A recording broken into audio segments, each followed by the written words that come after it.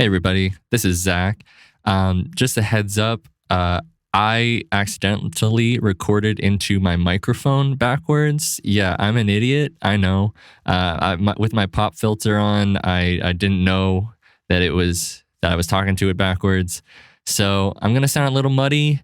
Might sound a little weird, but apologies. And I hope you still enjoy the episode.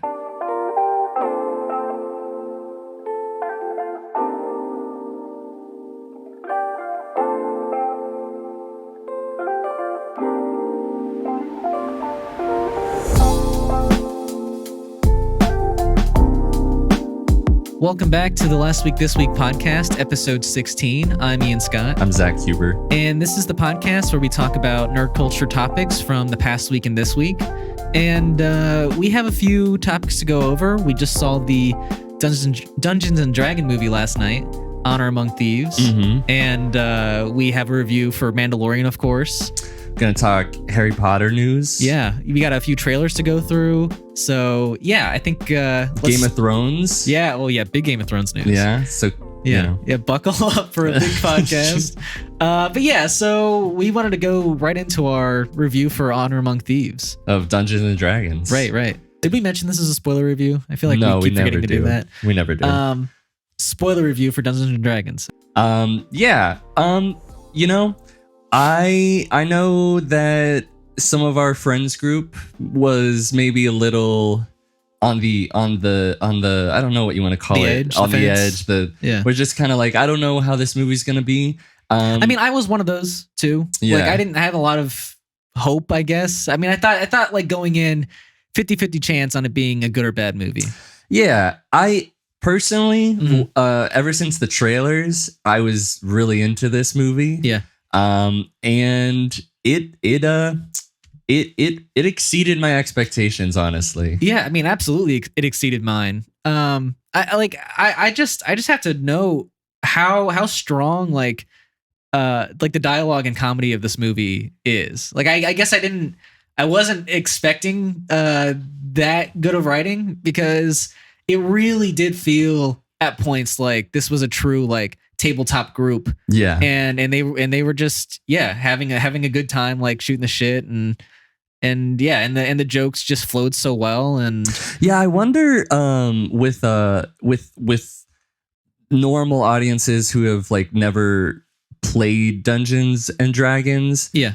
I wonder if, I'm assuming it's gonna work, because I think so. Because for me, I could see when it was just there. This is clearly like an insane thing, or a funny thing that somebody would like fuck up during a campaign, or it would just be like, we're gonna have this insane weird character and it's just hilarious, and we're gonna give them the most like sad backstory ever. Yeah.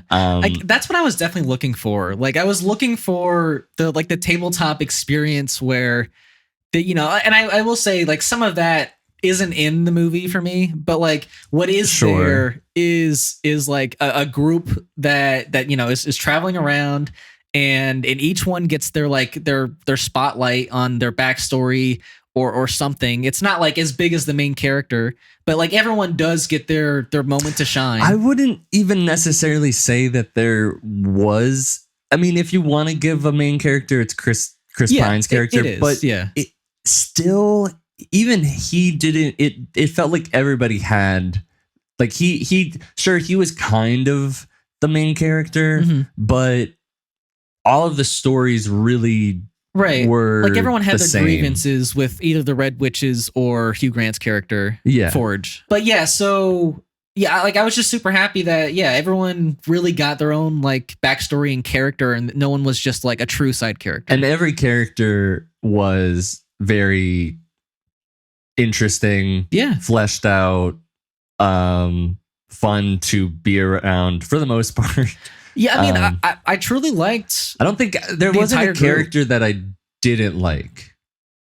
Yeah, I mean, if there's one that I think is like And I don't even mind that she's so one note, but it's the Red Witch, like Oh, she's just super one note, and that's fine. yeah. But like she's just a villain. she's just a villain, yeah, and that's fine. She served her purpose for the movie. I like the character of the druid. I do too. But she, I mean, I guess if there was one thing about her, she's just a little like flat, maybe. Just her, not her. Her acting wasn't, but just her. Like I understand her motivations, but like outside of that, like there wasn't a whole lot riding on with her. I feel like.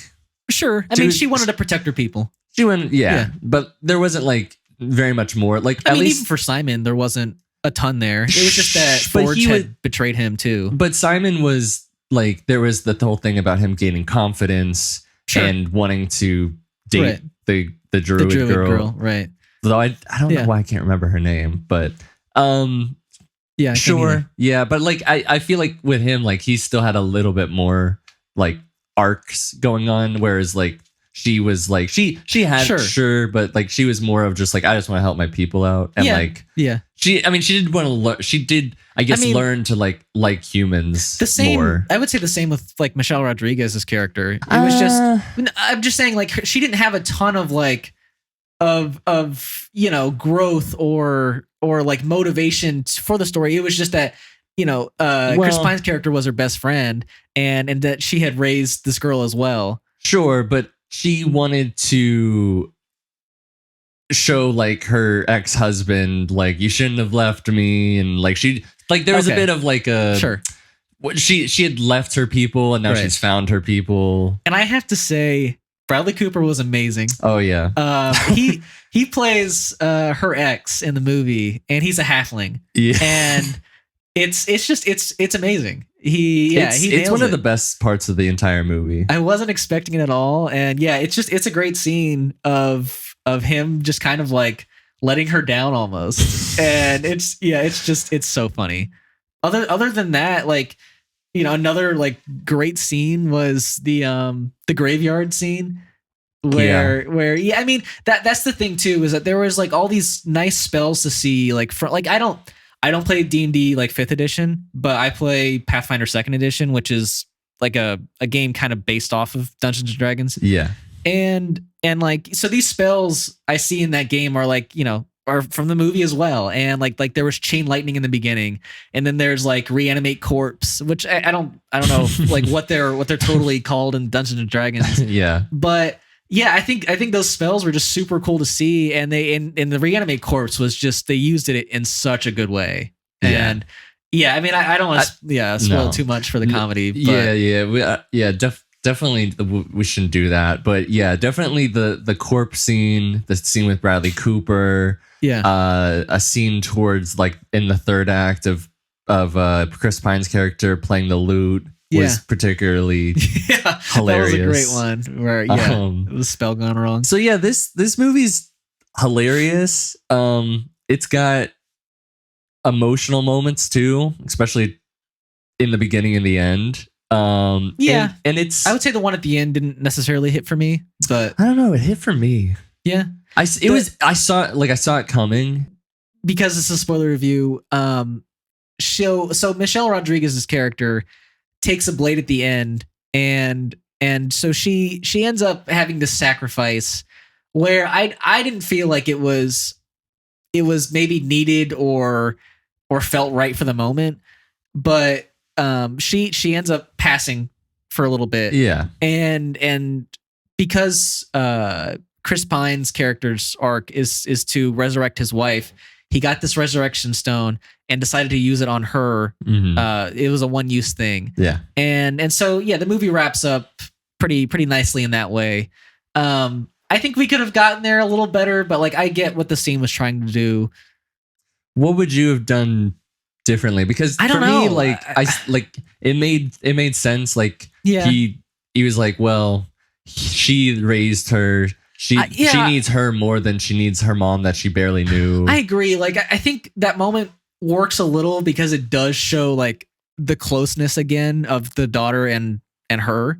But I don't know. It just I don't know what it was. It just felt like the death like was just a little forced for me. Yeah, maybe I could maybe see that. I don't know what I'd do differently, honestly, though. To me, like, it's sure it was a little predictable, but that's kind of what that's kind of what makes this movie good. Is there is a lot of predictable moments. Yeah. But what makes the movie good is that it's written really well, and it's funny, and it's acted well. Yeah. And it's just fun. It's just a fun movie. That too, with the writing, they wrote some great plans for the characters. Yeah. Like, and that's the exciting thing too, is that like a group, going into a situation at a table, like has to make a plan, and sometimes it doesn't work, sometimes they do, and like they showed that throughout this movie, and like the stuff that did work was amazing, like the like her turning into a snake in that cube. Oh yeah, where that was incredible, and the portals with the cart was a great plan. Yeah, what was that called? A thiffer whiffer. I don't know. I don't even know. But it was a cool staff. Yeah, it was great. Now I will say Chris Pine hitting people with a lute. That's his weapon. That's kind of where I was going. I will say my least favorite part of this movie is Chris Pine's ability to have no abilities. I think it's like, yes, you should have a party leader, and what he did like would in a normal group would make playing it so much more like efficient and concise, because he's got those plans in lock. Sure. But I don't know if I would love having a player with me that was just making plans and was useless everywhere else. Like the Drew girl had a huge point. She's like, well, what do you do? He's like, I make plans. He wasn't like he was meant to be a bard. that was part of the like they were aware of this, and if they didn't mention it, maybe people would be a little bit more frustrated, because they're aware. Like, so they're aware, and it doesn't mean I like it. Sure, I mean, he had the emotional arc. It was his. He was the catalyst of getting this whole thing going. Right, as a character, I thought it was a good story and a good motivation. Yeah. I just would have liked for him to not be so reliant heavy on his party members. But and that's the thing too. I mean, that's fair. I was also wanting more group fights, and we didn't get one until like the very end. It was mainly just solo battles up until the end. All the action though, pretty good. Yeah, pretty good. That's just like the D&D experience for me, is like getting in a group fight and seeing how it all plays out. But yeah, maybe in a sequel, we could get more of that, because that would be fun to see, like a character roll a 0. Nat 1, yeah, right, or nat 1, and then just see how the other characters have to react to that. Sure, yeah. So I mean, that would be cool. Absolutely. Speaking of sequels, if they did one to this, would you want an entirely new cast, or would you like to follow this cast?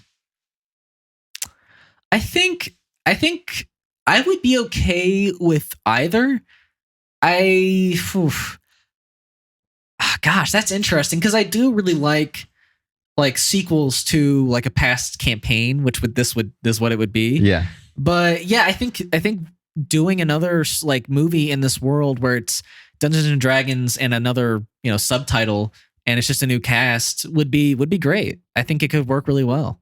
Yeah, I think it could work too. That was on my mind, like after seeing the movie, like because I'm assuming this is doing pretty well. Yeah, I think it is. Yeah. So I'm just like I'm just wondering, is it the cast and the characters that we got that is necessary to make another one, or is it just like they wrote a good story and they have the ability to write another good story with another great cast of characters? I think maybe where I'm leaning right now, like I think they'd have the ability to do that with a new cast and like make them funny as well, or have them bring their comedic talents.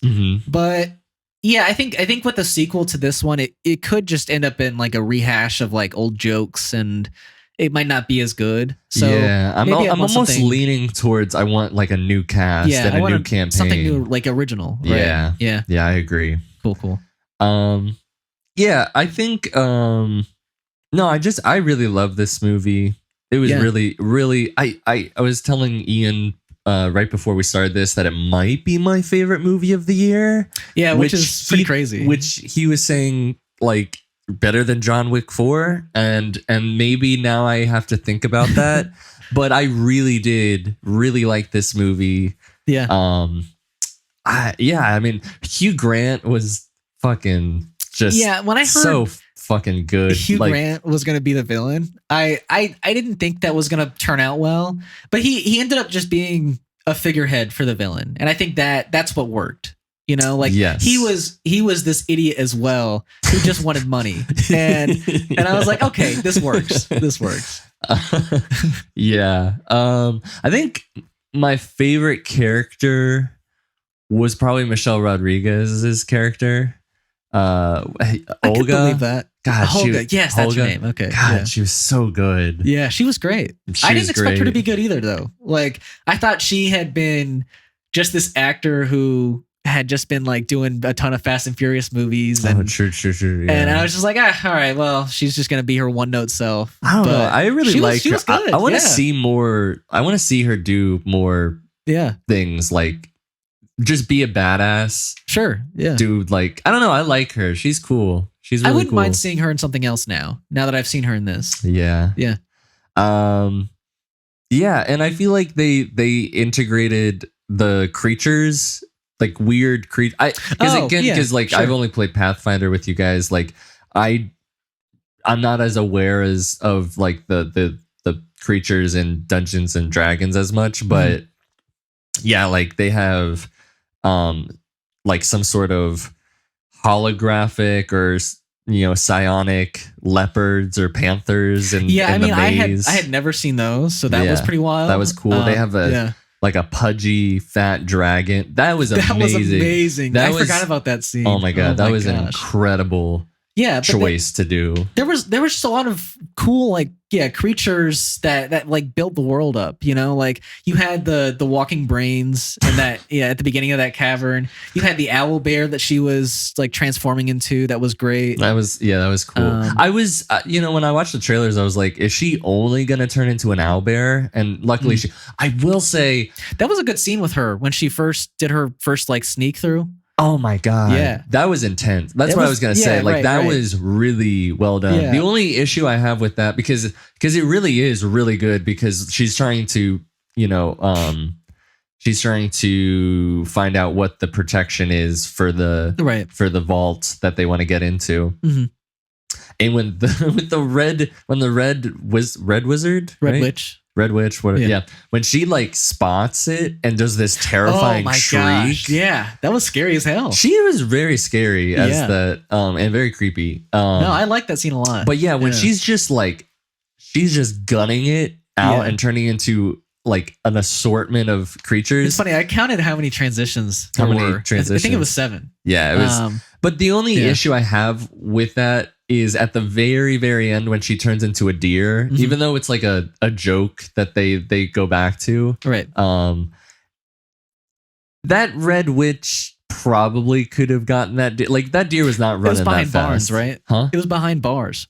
Like it wasn't even like the deer was protected by like the bars of the gate, right? No, but like even before that, like it wasn't like running super fast. Like it was just kind of hopping. And, right. Like it's sure. Yeah, I mean, there's a couple little things in this that I could point out, but it's just like I'm just nitpicking at this point. Yeah, I don't want to nitpick necessarily. I think to be honest, story wise and with all the actions of the characters, I don't really like everything made sense. I'm pretty happy with the story that was put out. So I'm overall pretty satisfied. If you haven't seen it, you really like, even if you don't like if you've never played Dungeons and Dragons, maybe if you've never watched anything fantasy, I feel like it's not that difficult to understand what's going on. Yeah, I agree. I mean, it's a pretty simple story. You don't need to know anything about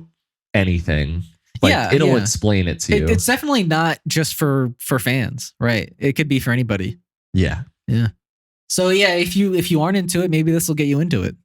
That's true. And maybe you can, talk to some people about starting a campaign. Yeah, absolutely. Because it's pretty fun. It's very fun. Yeah.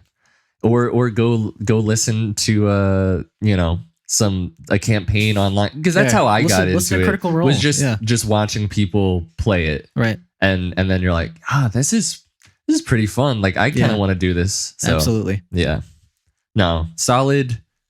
No, better than solid. Yeah, better than solid. Very, very good movie. Yeah. Besides the review we wanted to do, we have a couple trailers we wanted to go into. First being Blue Beetle. Blue Beetle, which is the next. No, not next. No, it's the one after The Flash. Next DC movie after The Flash. Originally, it was going to be only coming out on HBO Max. But that's right. Warner Brothers thought it was good enough to put out theatrically. The opposite of what happened with Batgirl. Which they just completely scrapped. Yeah. What did you think about it? I'm curious. I think the trailer isn't necessarily bad. Like, I think the song in it isn't great. I think it's pretty cheesy. Oh yeah, what was it? I don't even know.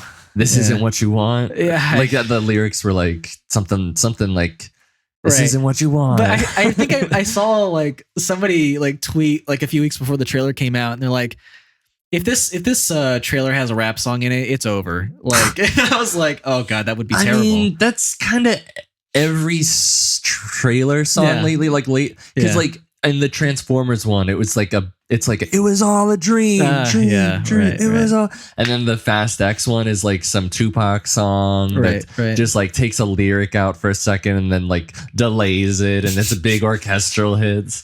I mean, but sure. Besides the music, I will say I think the suit looks amazing. Yeah, suit's like, great. Suit and action look fantastic. I couldn't be happier with that. Yeah, it gives me Invincible vibes slightly. Sure. You know, it has this because I don't know if I would have felt that way if not for when Jaime Reyes, who's the Blue Beetle, at least this incarnation of Blue Beetle, because there's many different versions, but when he does the transforming into the suit, that's terrifying. Like the way that they did it, especially with like the black skin going over his head and he's screaming, like that makes me think that this could get a little dark.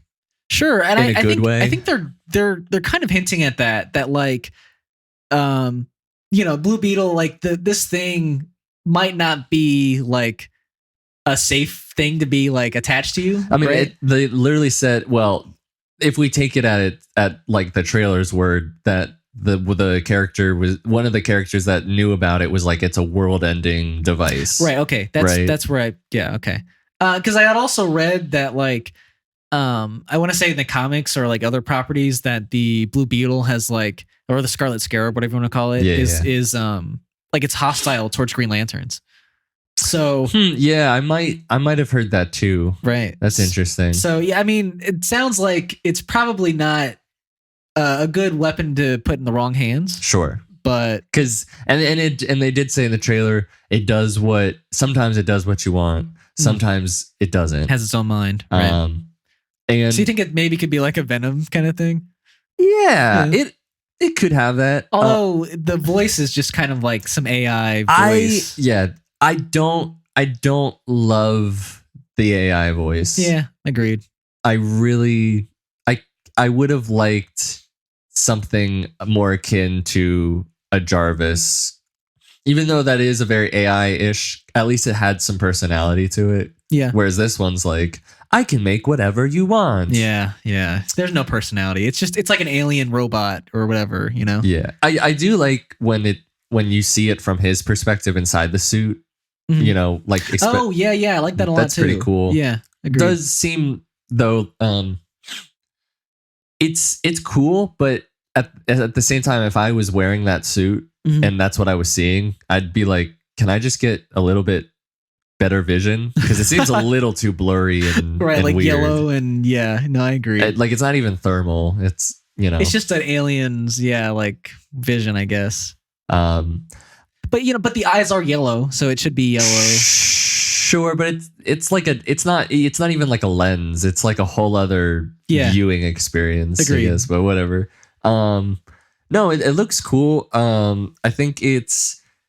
I wanted to touch on the fact that when he gets the suit, he transforms into it in front of his family. Yeah. So his family already knows that his he's Blue Beetle. family's already in it. Right. So that I feel like is interesting. That is interesting. Yeah. An interesting way to go about it. I think the flying, like just him like going into space and then going down to the water, like it all looks really well done. Right. Yeah, I mean, like all the visuals in this movie look great. I just think it looks more like a generic superhero origin movie than anything. Yeah. Yeah. I think something I'm not crazy about is George Lopez. And I think I like George Lopez, but I'm not crazy about him and his family flying around in this Beetle ship. Oh, interesting. Like a very like night owl. Yeah, where do they get the Beetle ship? Or night. What's the name of Dan's character from Watchmen? Night Owl? Is it Night Owl? Yes. Night Owl 2? Yeah, he's the second Night Owl. But yeah. Okay. Yeah, it felt like that kind of. I don't know. It seems I don't know. We'll see. Yeah, but at least it made sense for Night Owl because like he had. I mean, I don't know. It seemed like he could have built the ship, but I don't know. He's a kid. Like, where did he get the ship? Well, it probably came with the thing. I don't know. Who knows? But what did you feel about the Batman's a fascist line? I mean, I don't know. I think it's from a joke character, so I really don't care. I think it's fine. Whatever. I would like to see what their reasoning is on why Batman's a fascist. I feel like it's more of just like, well, I guess they wouldn't know he's Bruce Wayne. So yeah, why is he a fascist? That's I don't know. Huh. Yeah, I don't know.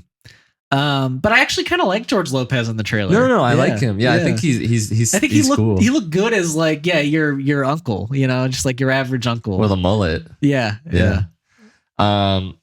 What else? I wanted to also bring up that. Do you think that this movie can do well in the theaters? I think if Flash is received well, then I think it can do well. Like I think if like the ratings for that are good, and I don't even think it needs to be like super strong at the box office. I think people need to like know that DC still has like some quality left in this old universe, and then people will go see this. Because let me maybe not devil's advocate, but let me just state that people are saying that Shazam didn't do well because now nobody cares about these next DC movies because they're not going to tie into anything. Right. Black Adam didn't do well, and that was still when we were thinking that the DC universe was continuing. Sure. Yeah. Right. That's fair. And we had the promise of Superman returning in that movie. Exactly. Yep. So with the fact that now you have Black Adam and you have Shazam, and before that you had like Suicide Squad, which like there was extenuating circumstances about why that didn't work out. But blame Suicide Squad. You still had like, I don't think Birds of Prey did all that well. But that was also 2020.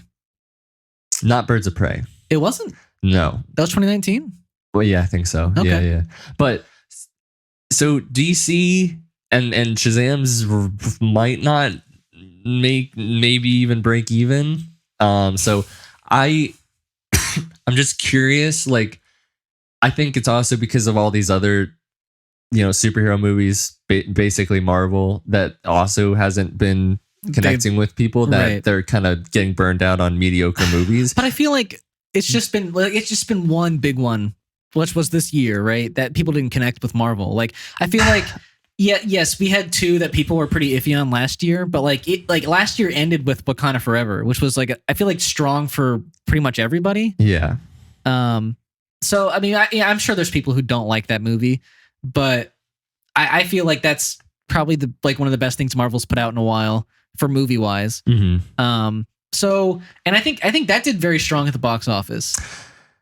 Yeah. So that's there's just playing I that feel side. ya. And then the other Yeah. side of it, I would say, is that there was like a study done by the Motion Picture Association in 2020, which was that Hispanics make up about 30% of the box office. Mhm. And considering the fact that Bad Bunny, like people, Sure. regardless, they don't even know, nobody knows El Muerto really. But yeah, But Bad Bunny they is cast gonna, him because they want a Latino star, and right? and people are very, excited. Like I feel like there's a lot of Hispanic Sure. people that are very like So- just interested, like, because he's a big figure. He's a Yeah. very important figure, and I think that I believe this is the first Hispanic led like superhero Live action, yeah, or live act, yeah, right. What would Latino? It was the first Latino led, but the first was Spider-Man Into the Spider-Verse because he's Puerto Rican, yeah. right? Yeah, but okay, so first live action. So Right. I feel like there is the possibility that this could do really well. And personally, I haven't seen anybody been like, oh, this Right. movie like looks bad or whatever. So Yeah, I mean, everyone seems super positive on the suit. I think, the suit's the only thing that matters. well, I think it is. It's important. For It sure Yeah. is. Yeah, it's important. But yeah, I think this could very much be a Black Panther situation in 2018 where people just show up because they feel represented, Yeah. and yeah, this movie could do very well, and if it does, then there's a huge chance he transfers over to the new DCU. Yeah, that's the other thing. I'm curious if there's gonna be much connection to I think this is going to be a pretty solo movie. Like, I think we got like the one line about Batman. I think that's pretty much it. But here's the thing. We were getting lines about like Wonder Woman and Shazam. Yeah. And then we eventually would hear lines about Superman, the first Shazam movie. And I feel like I'm just wondering, There's no way Batman shows up in Blue Beetle, though. why not? He didn't show up in the first Shazam movie, and they mentioned Batman then. They mentioned Superman, then a like cameo headless, Superman shows up. Sure. And it's clearly the Henry Cavill Yeah, one. no, it is. Yeah, I don't know. I think if there's if at least they're smart, they'll keep it contained so that it can just transfer over easily. I hope. Yeah. Because then it'll be a little mud. I'm assuming that there won't be very, very much of any of that. Yeah. So. Yeah. But I think it has a much higher chance of sticking around than Shazam. So. Yeah. Well, anyways, I think it looks. I'm excited. It looks intriguing. I'll say that. Like, I'm not necessarily blown away. Yeah. I'm not like crazy about it, but I think it looks. think it looks fun, right? And I'll definitely go see it. If anything, I'm excited to watch it for the visuals alone. So. Yeah. Yeah. I mean, the only visual that I wasn't crazy about is towards the end where he makes that sword. Oh, really? I like that a lot. Yeah, I don't. No. It felt. What did I write down that it reminded me of it? Like his movement, or just the sword being made? Not the sword being made. His movement, the way it was shot. Something about the like scraping it on the ground, like the quick thing that he does. I saw somebody kind of analyze that, and they felt it was very like in line with like who Jaime Reyes is, and like he's like almost kind of anime inspired, like not the character, but like I think somebody was saying like the character like watches animes, and like he would logically have this like big blade from an anime and want to like do all this cool stuff. I think the big blade is cool. It was just something about the way that it was framed or the move. I don't know. It was. I'm not.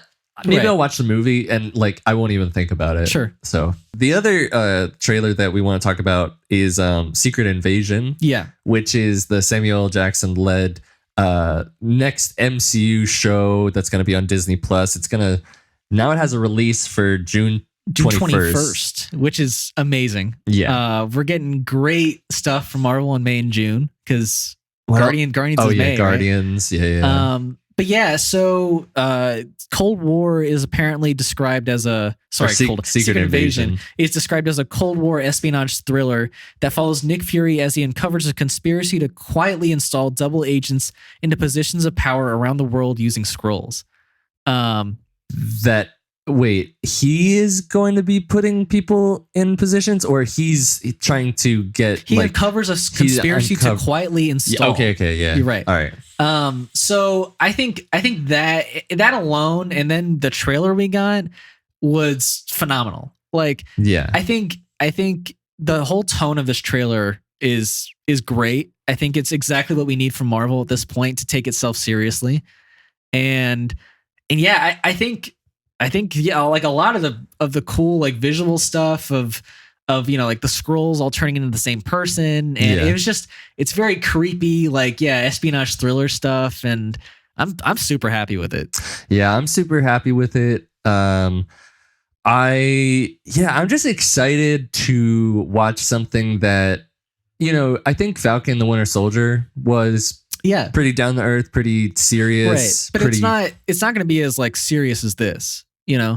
What do you mean? Like it's not as serious, I think, as Secret Invasion's going to be. No. Right. Like that still had some lightness to it. Had a little comedy, like buddy partner. And I'm sure there'll be like a bit of that in here. Especially with Talos's character, Ben Mendelsohn's character. Yeah, I was thinking, do you think that's actually Talos? Because that could be the actual guy from, like who it was in like Captain Marvel that he was impersonating, right?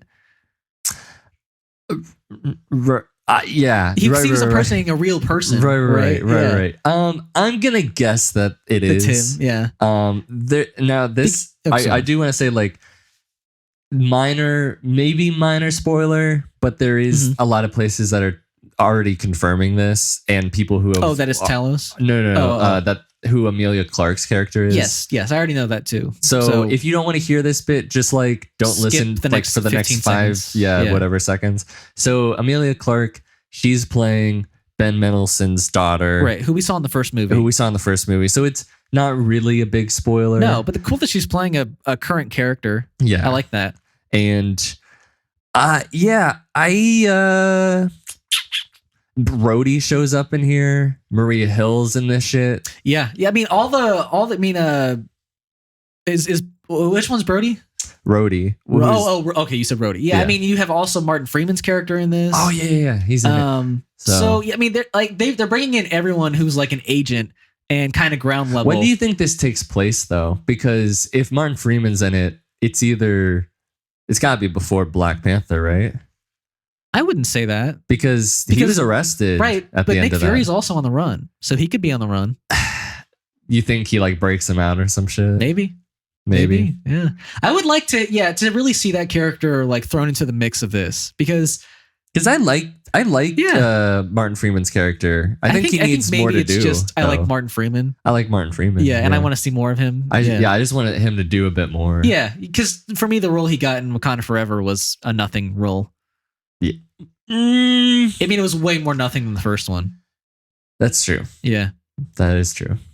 But yeah, I think I'm very excited to see this paranoid sort of who's actually doing what sort of. That's what I was hoping for when like the scrolls were announced for Captain Marvel. I was like, oh, we're getting Secret Invasion. But like, and now that we're actually getting Secret Invasion, we get like the full like fury of these scrolls, and that's going to be so exciting because like we also have Nick Fury who's now like vulnerable from what happened in Endgame. Like he talked about it and why he's not wearing his eye patch for the Secret Invasion show, and he's like, who Nick Fury was with the eye patch was someone with like extreme confidence and belief in himself, and that's just not who he is anymore. And I was like, that's great. It's funny that he would take the eye patch off because he's you would think that like you would be like, no, that's who I am, right? So you think it should have gone the other way? Yes, but well, he's I guess he's thinking that the eye patch is like the persona of him. Like that's his superhero outfit is the eye patch. Right. And without it, he's like just a normal person. Yeah, I don't know. Sure. But yeah, I guess ultimately excited to see him as a main character in this. Yeah. Yeah, because he deserves it. Nick Fury deserves his own story. Yeah. Yeah. Is this the last time we see Nick Fury? That would make me so sad. Oh my gosh. I hope not. It very well could be though, because Hawkeye got his own send off on his own show. You know, I still don't think that was necessarily his send off, though. I don't think he's necessarily gone. He should be, but I don't know. That's just me. That's probably controversial to say, but I think he had a decent send off, and they clearly have risen Kate Bishop into the new Hawkeye role. I don't know. I think you're ready, right about that. Yeah. I don't think that he's gonna be as active. But I don't think he might be like an advisor role or something. Yeah. Or he'll show up for like one last thing, like in Secret Wars or something. Yeah, probably. Yeah. But with Nick, he's looking old. Not obviously. I'm saying the actor, but you know, like Nick Fury, they've aged. Obviously, I think that at some point in this show, similar to everything that they've been doing with Phase 4, there'll probably be another character that kind of takes his place and importance. I wouldn't doubt. Yeah. I mean, I hope. I hope there is. You know, I think he's the perfect character for that, to bring the group together. And he could be. You know, yeah, you're right. I mean, he could be. It'll be nice to see if we get to hear anything about what he was doing up in space for so long. Because even Samuel Jackson mentioned that like he was up there, you know, like he said that himself. And I was like, oh, okay, so maybe we'll get like why he was up there. Because I know essentially like Nick Fury was kind of hiding from it all, but like I want to know what that base was and what the base is doing up there. Yeah. Because I'm pretty sure that's Sword, but yeah. I don't know. It could not be. I also want to maybe. Do you think we're gonna get Avengers cameos? Like from the original 6, or yeah, or just some other big name heroes who are like, turns out they were a Skrull. Oh, yeah. I mean. Or just like a bit. I would be surprised if they like end up revealing that because they're like, where are the Avengers? Right. And like, I saw somebody say, well, because he can't even trust that the Avengers are who the Avengers are. Right. Which is why he says he has to do this alone, because he can't trust anyone. Because when I was watching the trailer, I was like thinking about if I was somebody who wasn't in on like the MCU and was like, well, why? So he's just by himself. Like, why? There's like fucking, if this is such a big threat, and he's like, this is a perfect way to be like, well, since I don't know who anybody is, blah, blah, blah, blah, blah. You know, because it's like, I'm on my own. I got to do it. It's personal this time. Even though this is like an espionage thriller, I hope it kind of feels like as scary as The Thing was. And I know you haven't seen that, but I think before watching it, you should watch The Thing, because it's very like Skrull concept in a way where, I won't say too much more, but The Thing is amazing with John Carpenter. And I hope it's that scary. That'd be cool. I've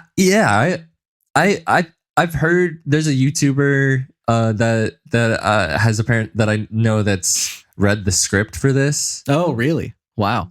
And I trust their opinion, and they say it's at least the script, right? Because the show could, people read scripts and then they watch this thing, and then like, because I know people were like, they read the Phantom Menace script and then they saw the movie and were like, this is not the script that I read. Yeah. But they say it's very good. Okay.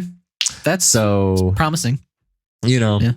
Hopefully with Guardians and with Secret Invasion and maybe the Marvels, some of these rewrites that are happening, maybe they're all for the best, and we'll get Marvel back up to a place where I'm excited about things. But yeah, agreed. I will say that, I mean, it looks exciting. But that is, I mean, that's the thing though, is that like for the Marvel universe, I'm excited about the next 2 projects that are coming out. So like they still got me, apparently. I'm not going to be excited for everything they put out, but like for these next 2, I'm very excited. Yeah. Yes. I am excited. It's just, Guardians is so separate, Right. and this I am excited about, and this is together. It's just it's just that this is so it's still like not doesn't feel like it's a part of like necessarily the bigger plot. Right. I'm sure it will tie in some ways to it. It's just and I like that it's going back to like the Winter Soldier Civil War vibes and all Yeah, that. absolutely. It's just like I'm just nervous when we get to something like the Marvels or Thunderbolts and like I want to be excited about those. It's just after seeing Quantumania and all the stuff from Right. Phase 4, We have a right to be worried. Sure. Yeah. Well, yeah, besides the couple trailers here, we wanted to talk about Game of Thrones news because there's a couple of interesting things that have come out.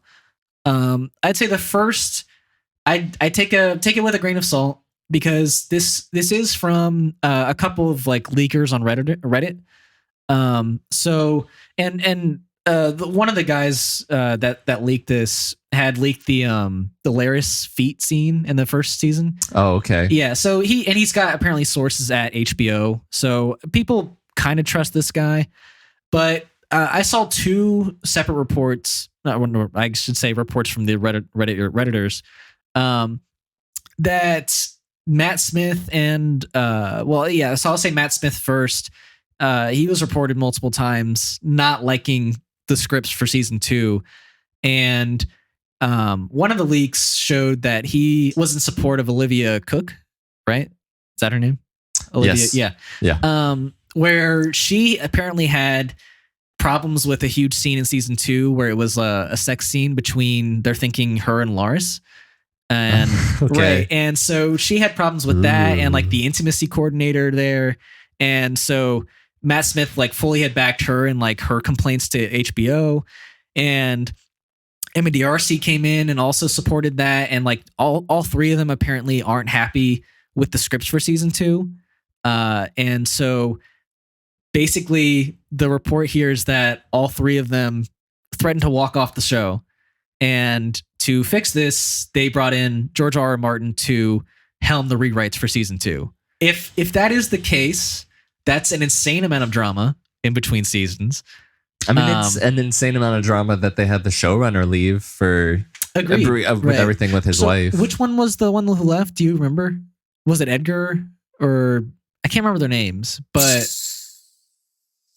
Sapochnik, Miguel Sapochnik, I think that's his name. Okay, I want to say that that is who they had a problem with, like for a lot of a lot of the scripts where he had, it was like scripts that he had written before he had left. And now, yeah, they have George R.R. Martin kind of fixing that. Huh. So maybe it was a good thing that that the showrunner left.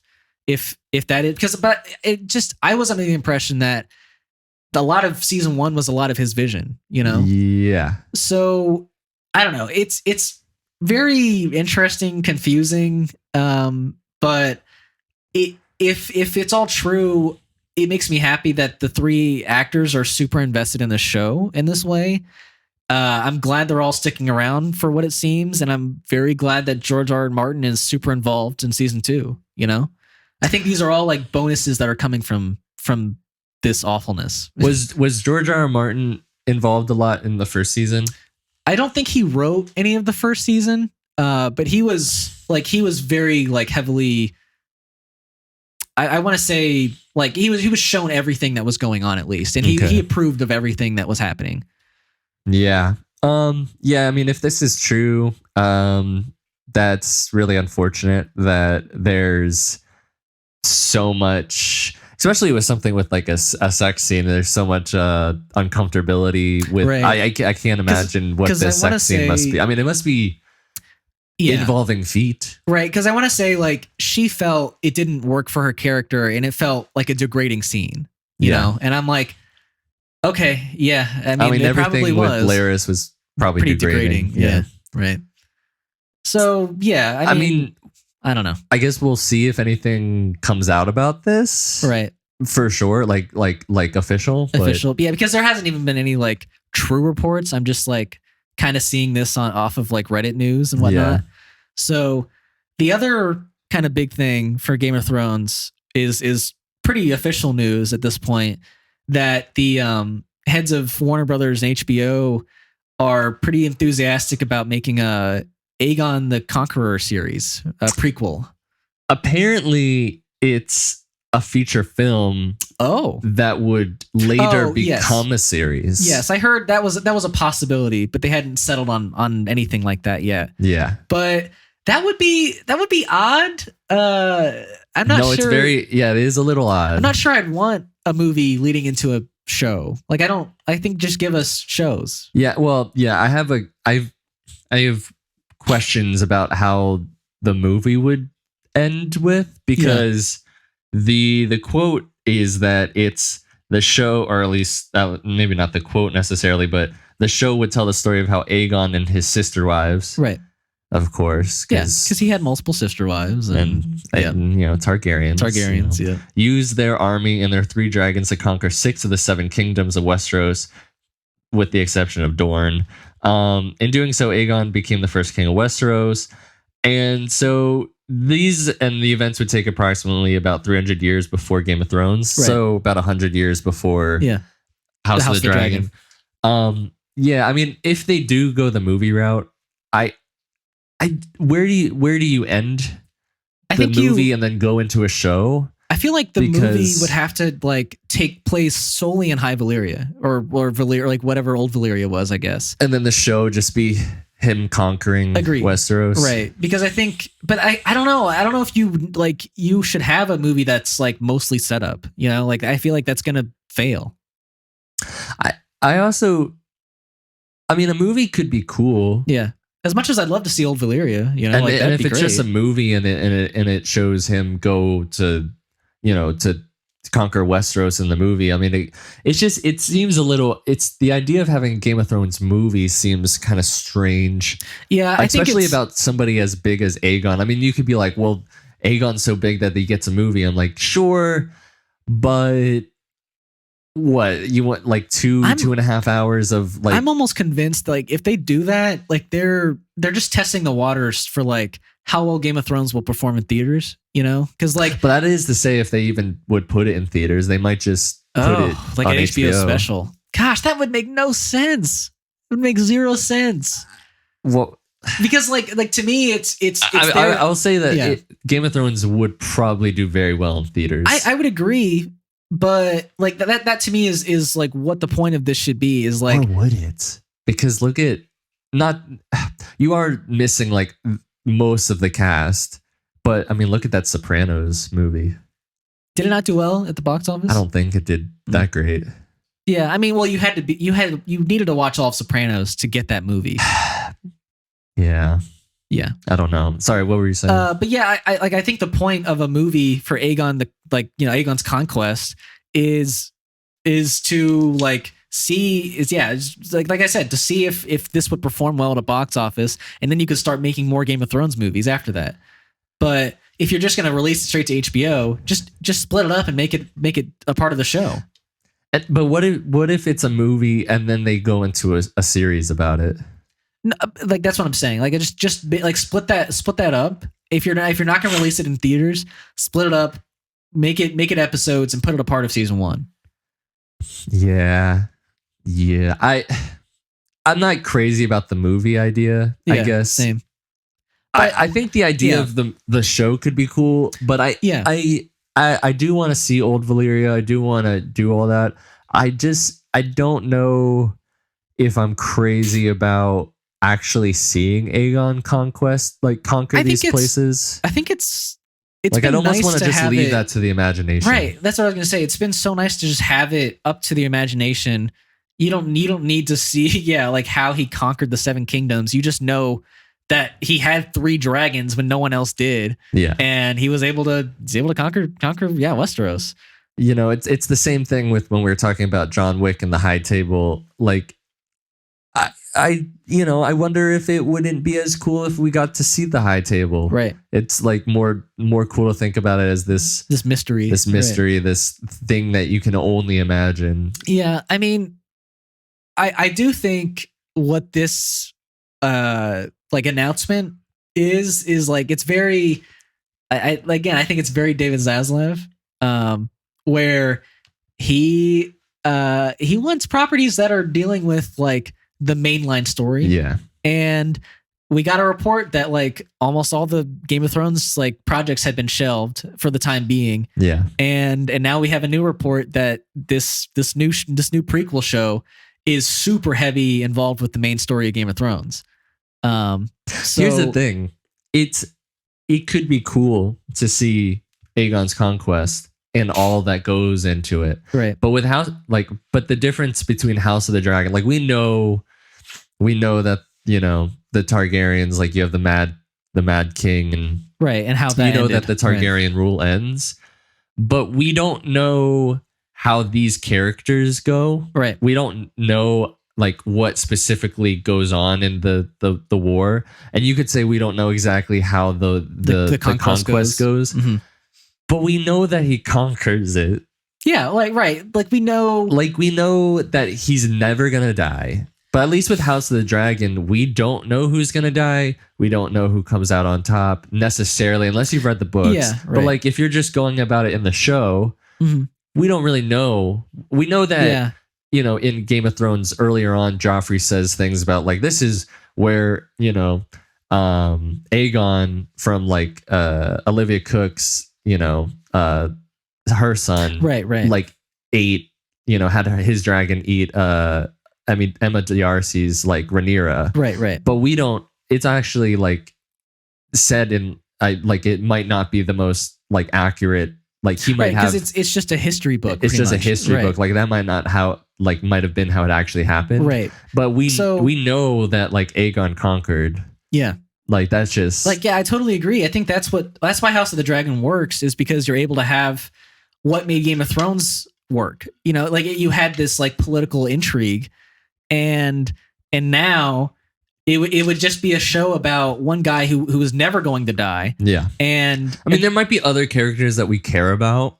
Sure, but I don't know. Like it's about him. It's about, the show's going to be about conquering Westeros, and we know how it ends. We know that he doesn't die throughout the show, and I don't know. It doesn't feel like Game of Thrones to me. If anything.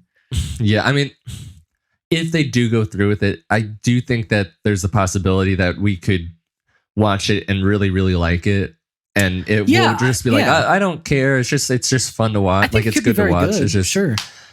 I would have liked something else. Potentially. I still hope we get the Corlys spinoff and the Jon spinoff. Yeah, that's what I'm hoping for. Yeah, but yeah. Speaking of David Zaslav wanting to stick with just main line stories of franchises that Warner Brothers Discovery owns, so it is not a done deal, but it seems that they are very close to having a deal of a reboot of the Harry Potter series. Yep. As a show. And I didn't know what to think about it when they were reporting it. And I still don't. Yeah. But apparently each season is going to be a book. Right. So which I don't know if you remember, but very early on in the podcast, I said if I like, the only way I would watch a reboot of Harry Potter is if they did a show of it and if each book was a season. Yeah. And then I saw this news and I was like, maybe I shouldn't have said that. Yeah. Because now I don't know how to feel about it. I manifested it.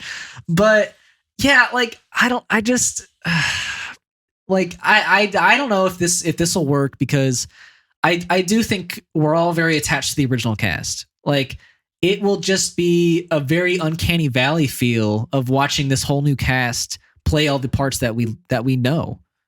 Yeah, I mean, this November will be 22 years since the first movie came out. That's crazy. So you could do when it when you phrase it that way, it doesn't seem so crazy. But it's only been a little over a decade since the last movie. Exactly. So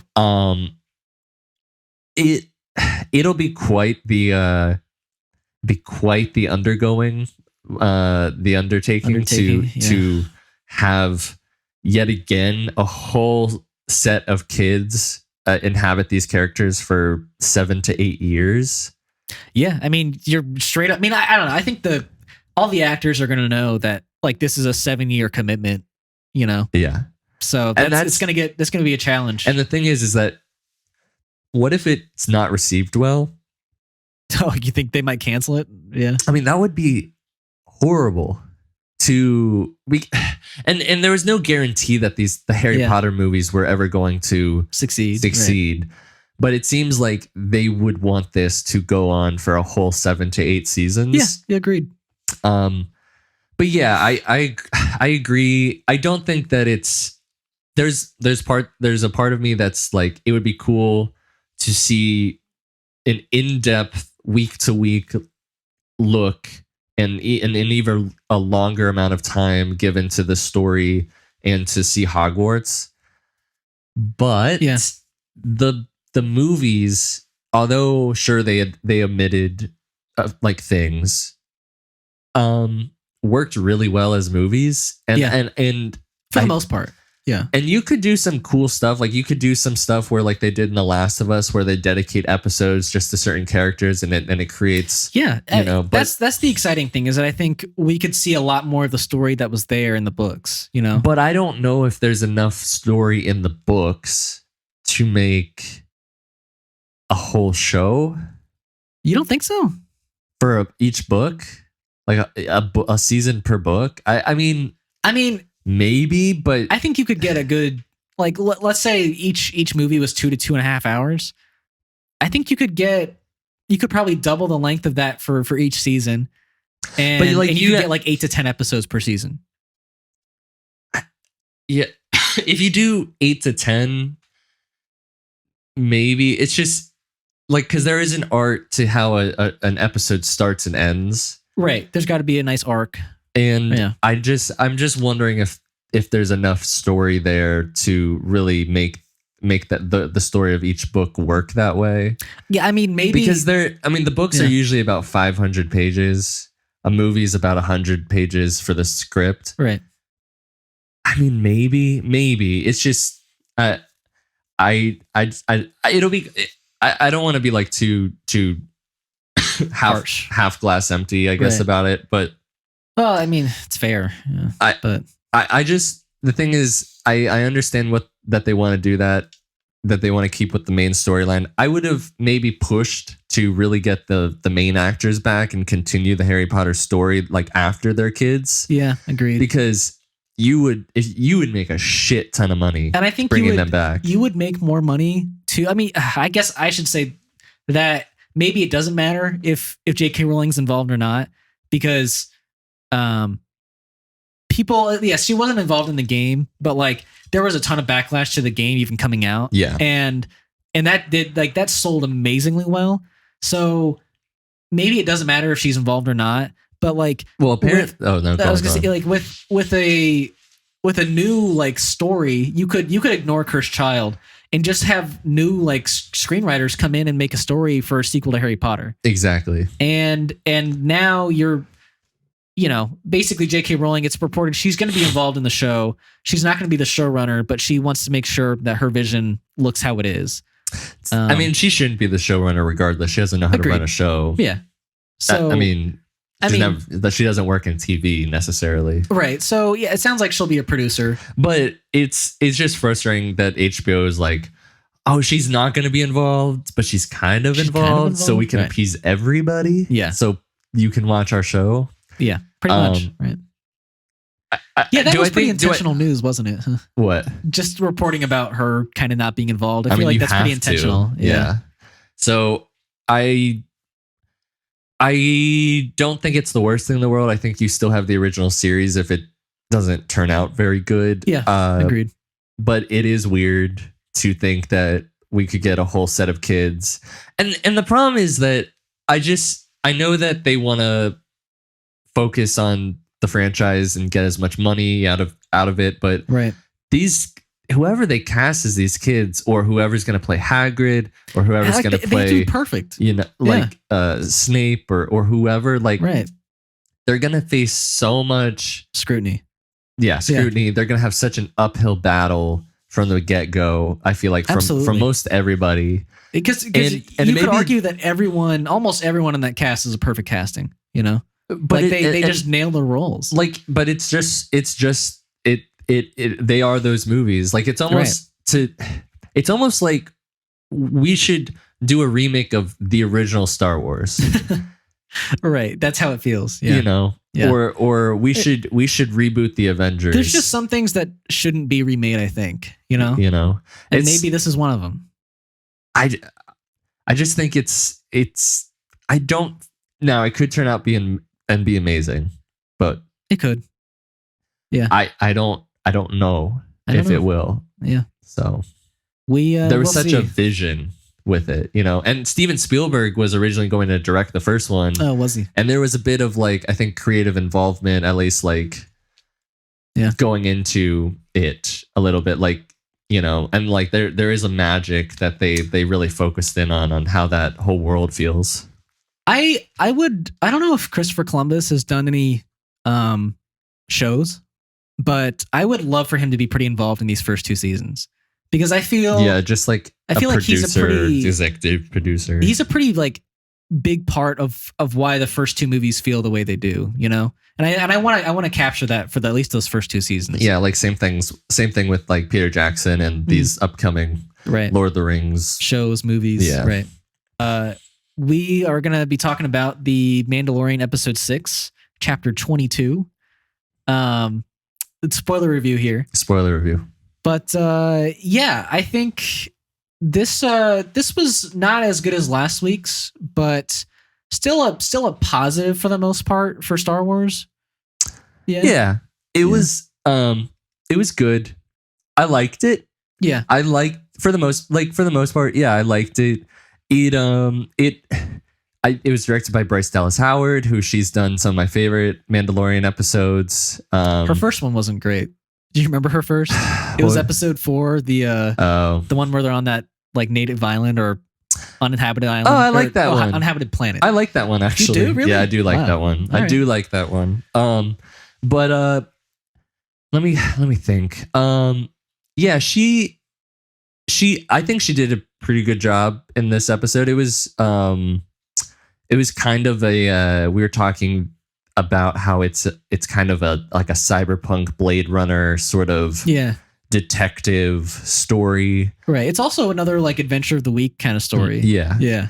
And it works. I was kind of skeptical about having Jack Black and Lizzo in it before I saw the episode. Now, but I think that they were pretty fun characters. They worked. I would have liked to see them be even a little more like out there, to be honest, like really show their talents as actors. But I don't know how well Lizzo acts. But yeah, I'm not.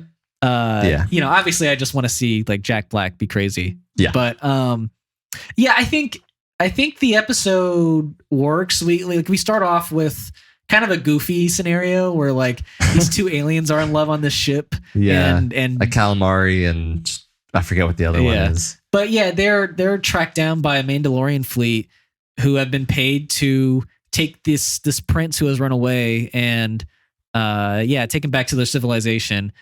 And so this Mandalorian group is run by their by Bo-Katan's like past crewmate, past Mandalorian mate. Yeah.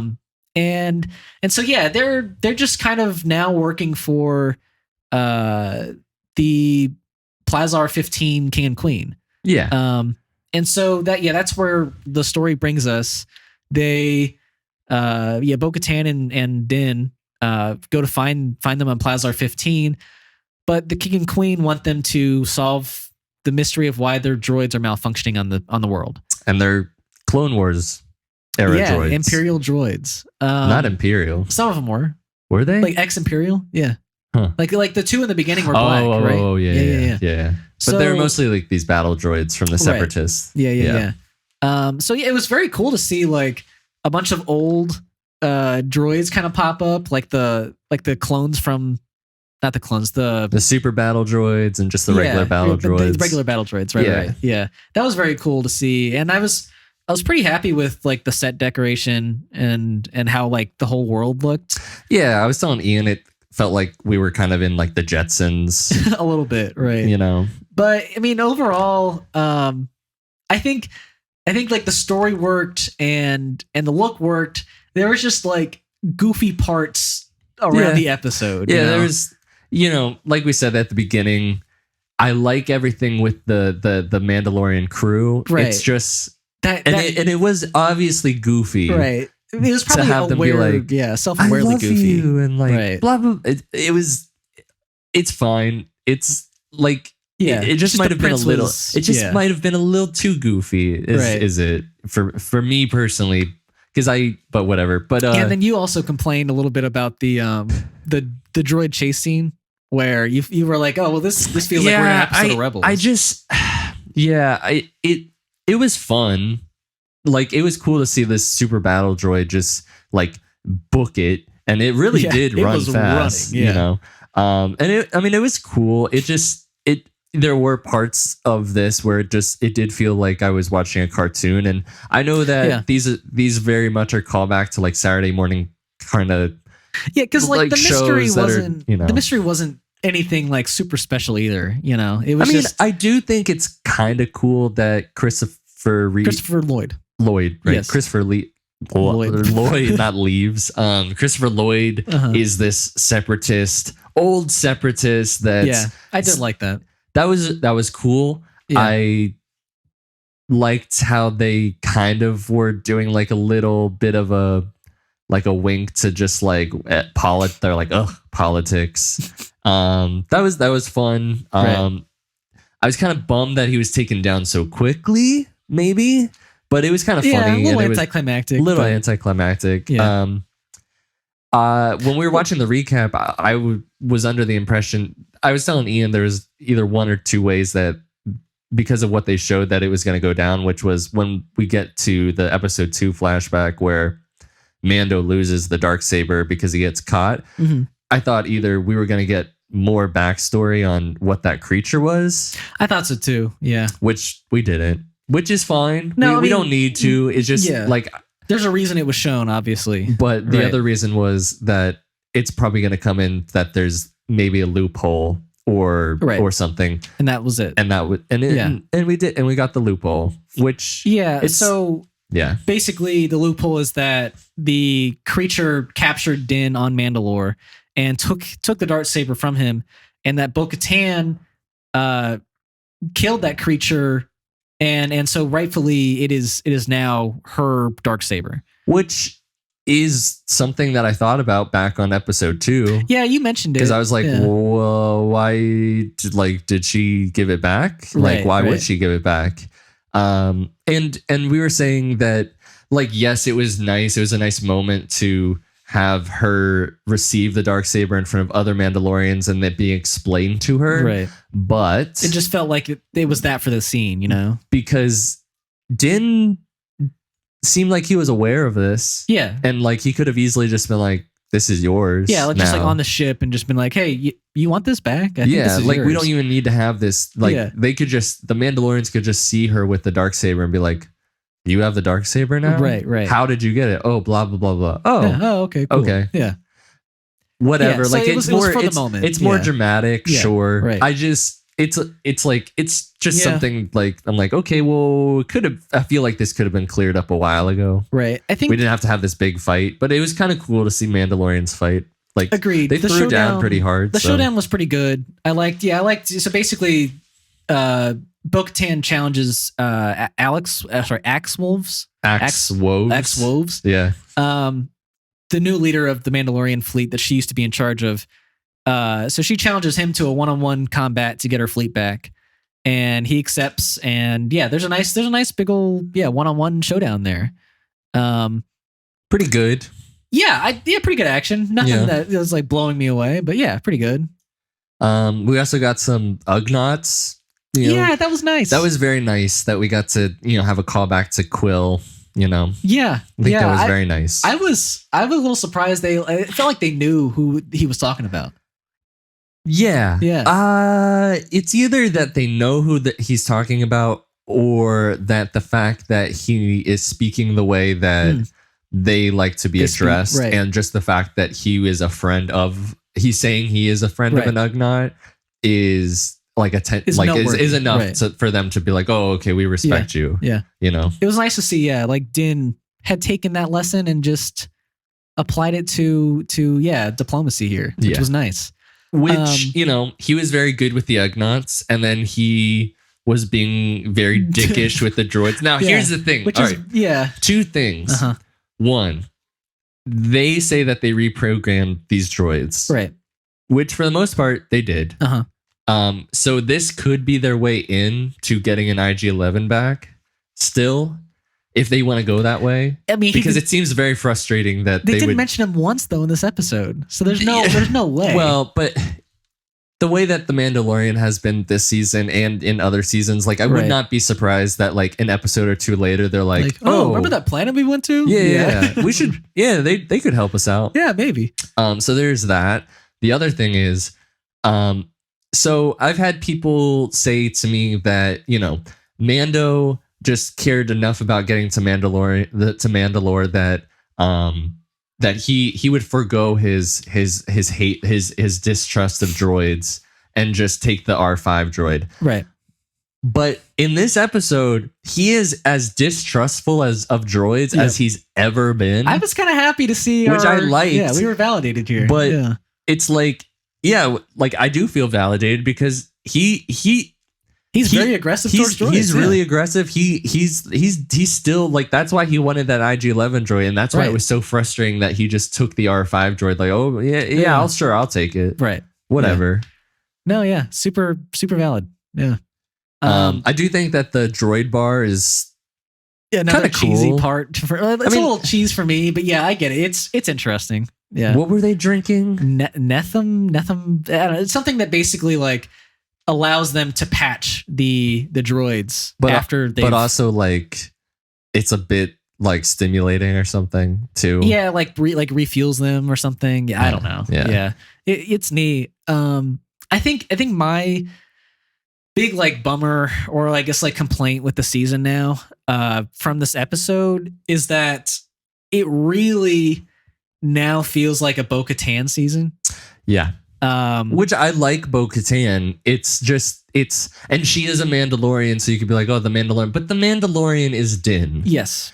And there's a lot of moments where Din is now like the side character. Din is now Bo-Katan's like right-hand man, or like the hand of the king, basically. Yeah. Because even like Jack Black's just mainly talking to Bo-Katan. Yeah. And even now, Din had zero problems. Just, oh yeah, I don't want to rule. Yeah, I mean you earned this blade, so it's yours.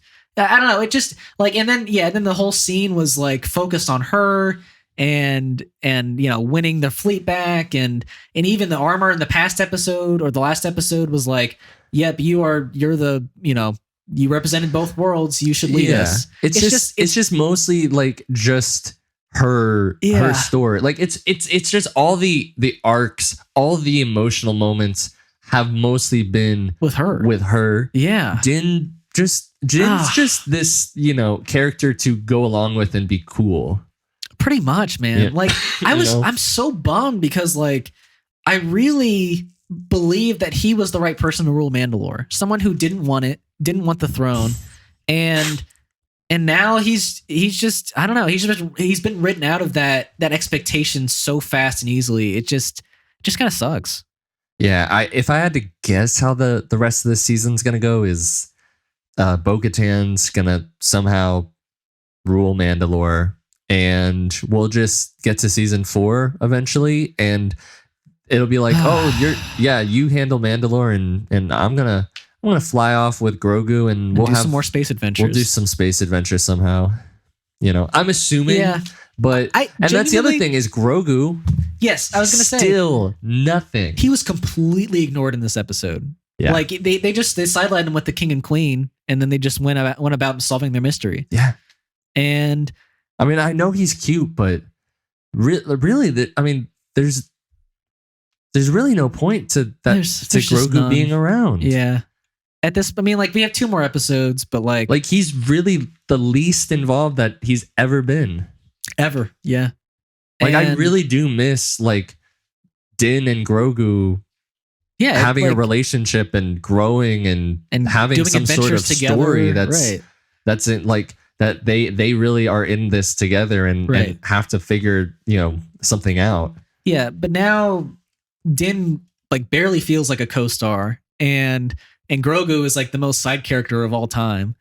So it's just, I think after like seeing that last scene of her like clicking on the darksaber, it just made me realize all of that, and I just got so bummed out at the end of that episode. I was like, this is just Bo-Katan's story now. It was, I enjoyed the episode for the most part. For the most part, I enjoyed it too. Yeah, it's it was a fun episode. It just, it's just the overall story is just kind of bumming me out because I like Bo-Katan, but I didn't watch the show for Bo-Katan. Right. Like truly, I would have been okay with just like if we wanted to end it at season 3, and like I'm not like before season 3 came out. If we wanted to end it at season 3 and have Grogu, like let's say Grogu would never come back, and then we just focus on Din gathering forces to take Mandalore and like something like that, where he at the end of this show is the ruler of Mandalore. And then that's just it.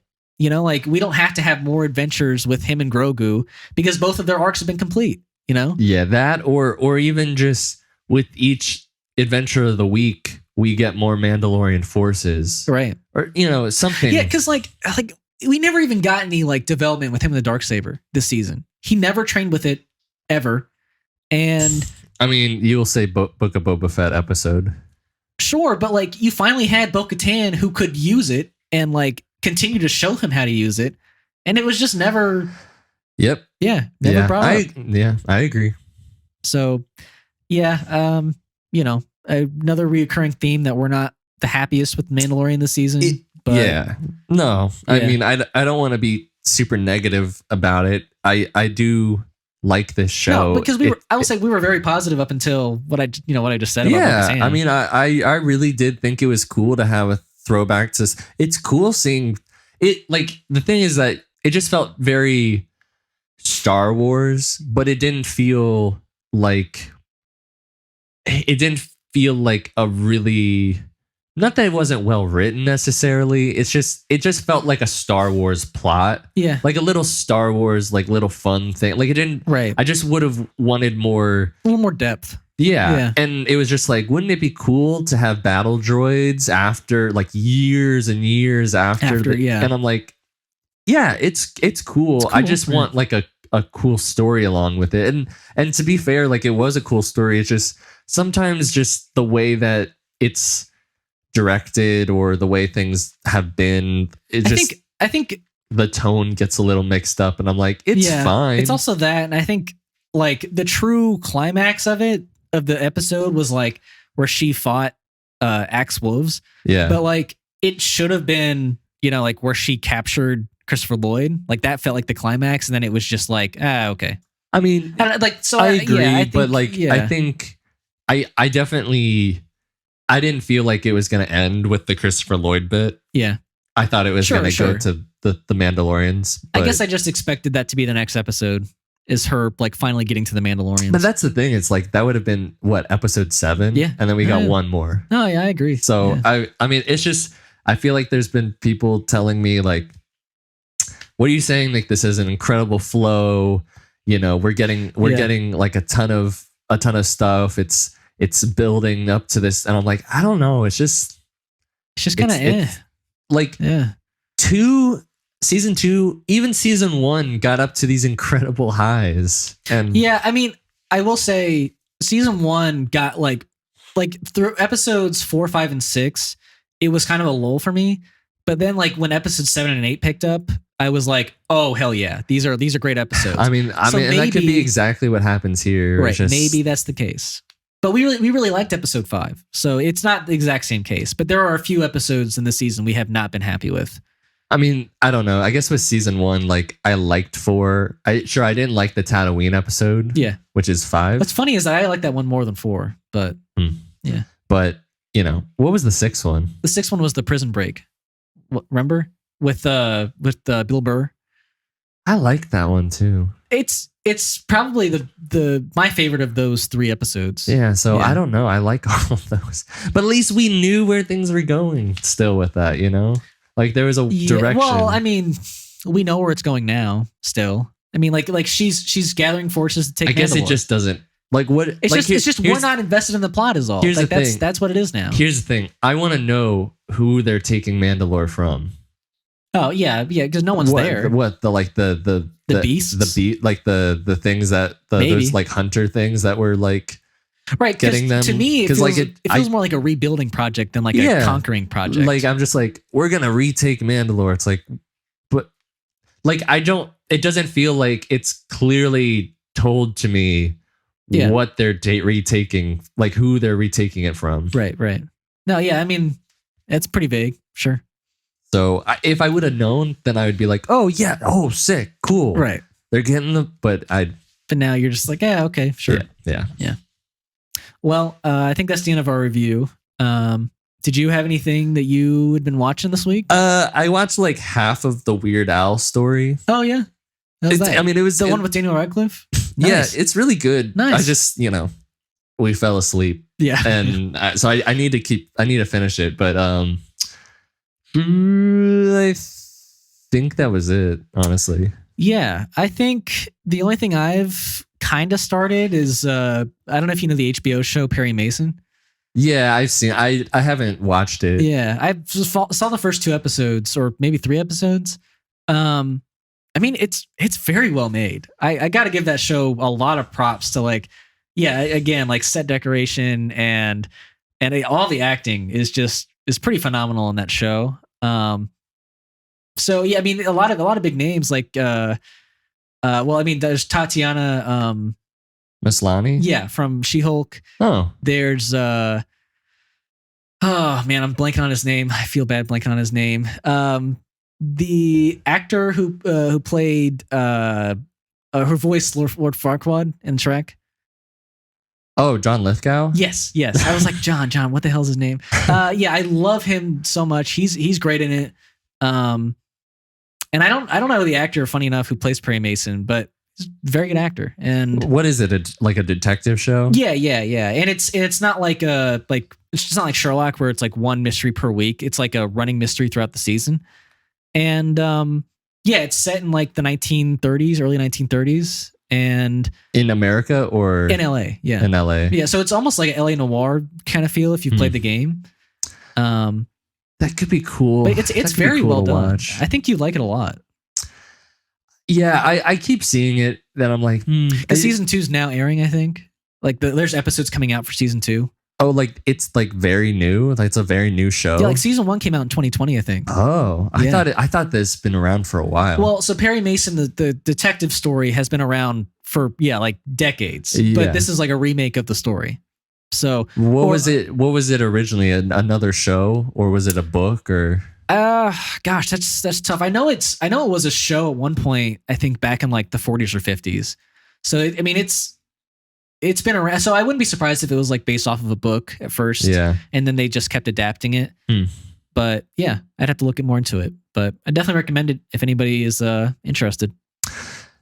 Yeah, I think I'm gonna try to watch Tetris.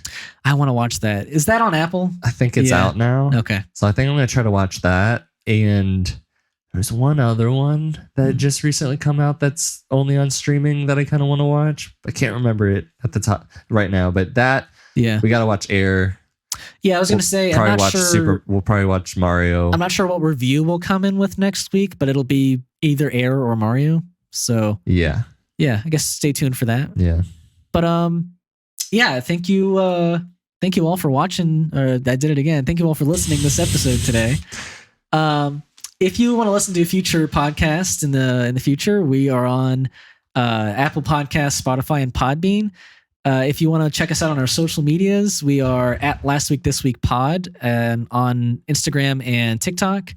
On our YouTube, we're Last Week This Week, and we post our reviews separately there. If you are only interested in the movies we review or the shows we review, but we also have our shorts and full videos there as well. Yep. So yeah, if you want to support us and like what you listened to today, we'd greatly appreciate a like, a comment, a rating on any of those platforms. Yeah. And as far as I'm aware, we don't have a review. We would love a review. We'd love a positive review. And we've said on many podcasts before, if you want, we will take a picture of this review. We will frame it. We will put it on our Instagram. You will be the first Last Week This Week, in the lore in review. Our official lore. So help us out. It would mean a lot. Yeah, absolutely. Very appreciated if you want to be the first one. Yeah. But if you got all the way to the end here today, we greatly appreciate you and want to thank you for listening. Yeah, enjoy the music that's playing right now, and until next time.